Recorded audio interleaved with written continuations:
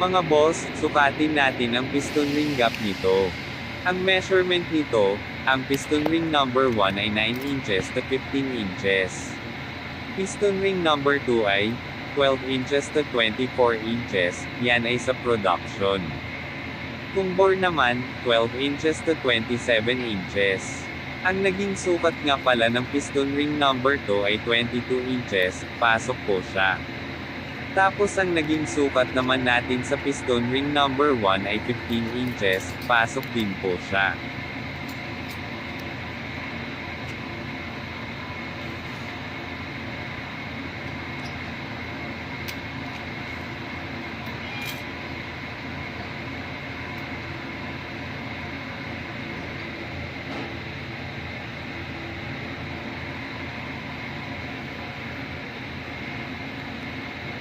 Chevrolet Silverado 6.2 V8 engine nga pala ang makina na ito. Salamat sa panunood.